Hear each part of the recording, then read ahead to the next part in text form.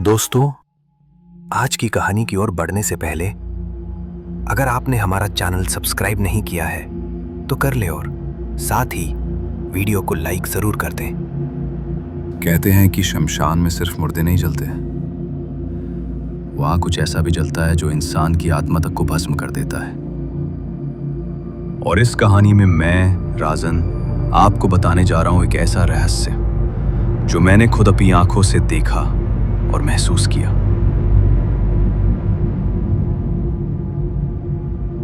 दोस्तों, मेरा नाम राजन है और मैं वाराणसी के पास एक छोटे से गांव में रहता हूं।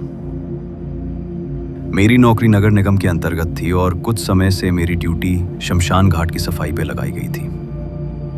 लेकिन पहले तो मुझे ज्यादा फर्क नहीं पड़ा, पर जिस दिन से मेरी ड्यूटी रात की पाली में लगी तो उस दिन से सब बदल गया। अक्सर शमशान घाट की रातें बहुत अलग होती हैं। वहां की चुप्पी भी कुछ कहती है और हवा में जलते हुए शरीर की गंध के साथ एक अजीब सी बेचैनी तैरती रहती है। पर उस रात कुछ ज्यादा ही अजीब था। अब रात के करीब 1 बजे होंगे और मैं अकेला ही घाट की सफाई कर रहा था, तो मुझे किसी के बुरी तरह रोने की आवाज सुनाई दी। तो पहले मैं सोचा कि कोई मुर्दा जलाने वाला होगा, लेकिन अब आवाज धीरे धीरे मेरे पास आने लगी और जैसे जैसे वो नजदीक आती गई तो मेरे पैर मानो जैसे जमीन में धंसते चले गए हों। अब जब मैंने टॉर्च उठाई और उस दिशा में रोशनी डाली जहां से आवाज आ रही थी, पर वहां कुछ नहीं था। तभी अचानक मेरी टॉर्च बंद हो गई और शमशान में सिर्फ अंधेरा और वो चीखती हुई आवाज रह गई। और इसी के साथ मेरे शरीर में झुरझुरी दौड़ गई। लेकिन मैंने सोचा शायद ये मेरा वहम हो, पर तभी घाट के कोने में मुझे एक औरत की परछाई दिखी और उसने लाल साड़ी पहनी थी, लेकिन बाल खुले थे और वो एक चिता के पास बैठ के कुछ बड़बड़ा रही थी। पर मुझे लगा कोई पगली है, मगर जैसे ही मैं इसके पास गया तो वो गायब हो गई और ये देखकर मेरा शरीर पूरा पसीने से तरबतर हो गया। अब मैंने जैसे ही पीछे मुड़ के देखा तो वही औरत अब मेरी पीठ के ठीक पीछे खड़ी थी और उसकी आंखें लाल थीं और चेहरा किसी जली हुई लाश जैसा। तभी वो बोली, तू क्यों आया है यहाँ? ये मेरा स्थान है, ये शमशान मेरा है। ये सुनते ही मैं चीख कर पीछे हटा और दौड़ते हुए अपने छोटे से कैबिन तक पहुंचा। और वहां पहुंचते ही मैंने दरवाजा बंद कर लिया, लेकिन मेरी सांसें बेकाबू थीं। पर डर का असली मंजर तो अभी बाकी था।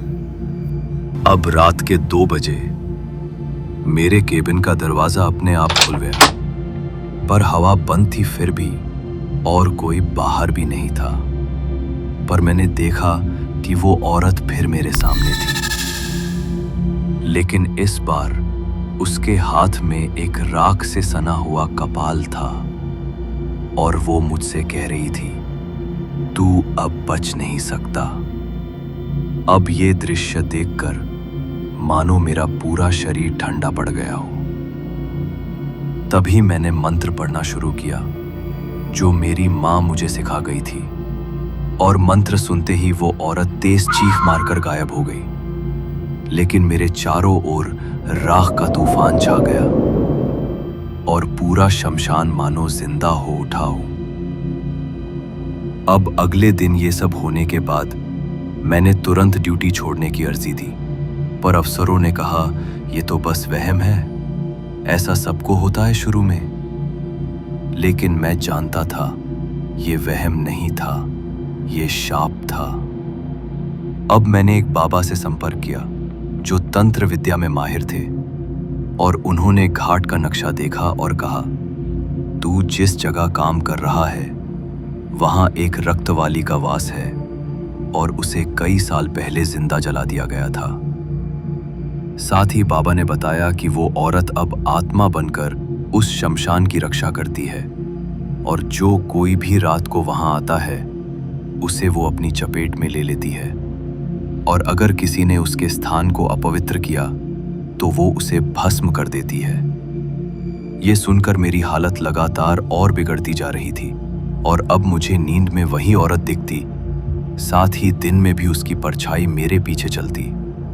अब मैं एक साए से भाग रहा था जो कभी मेरी नजरों से नहीं हट रहा था। एक रात मैं बाबा के कहने पर फिर घाट पहुंचा, उस औरत को मुक्त करने के लिए।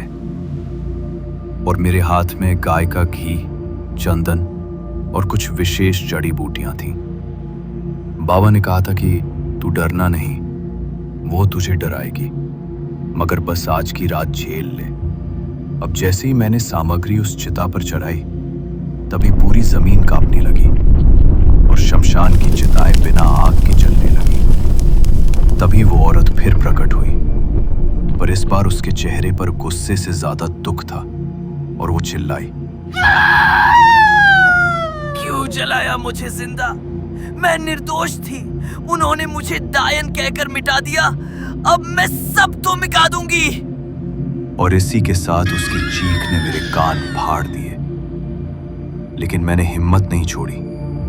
मैंने शुद्धिकरण का पूरा मंत्र बोला और चिता पर अंतिम सामग्री डाली, और तभी तेज प्रकाश फैला और उसकी आत्मा एक पल को तड़पी, फिर हवा में बिखर गई। और इसी के साथ कुछ ही क्षणों में शमशान पूरी तरह से शांत हो गया। अब उस रात के बाद मैंने वहां की नौकरी छोड़ दी, लेकिन अब भी जब रात होती है तो मैं वो लाल साड़ी और वो राख से सना कपाल याद करता हूं और एक ही बात सोचता हूं, क्या वो सच में मुक्त हो पाई? अब कई बार मैंने रात को उसी घाट के पास किसी के रोने की धीमी आवाजें सुनी हैं। तो कुछ लोगों ने बताया कि किसी और सफाई कर्मी को भी वही परछाई दिखी है। मतलब वो शाप अभी भी जीवित है।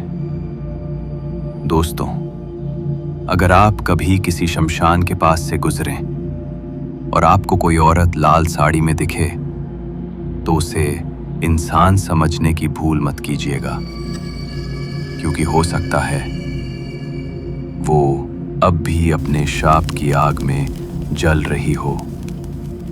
अगर आपको कहानी पसंद आई हो तो भूतिया विला चैनल को सब्सक्राइब करें और अगली डरावनी कहानी का इंतजार करें। अगली बार मिलते हैं एक और डर की दास्तां के साथ। तब तक याद रखिए, शमशान सिर्फ मुर्दों का घर नहीं होता,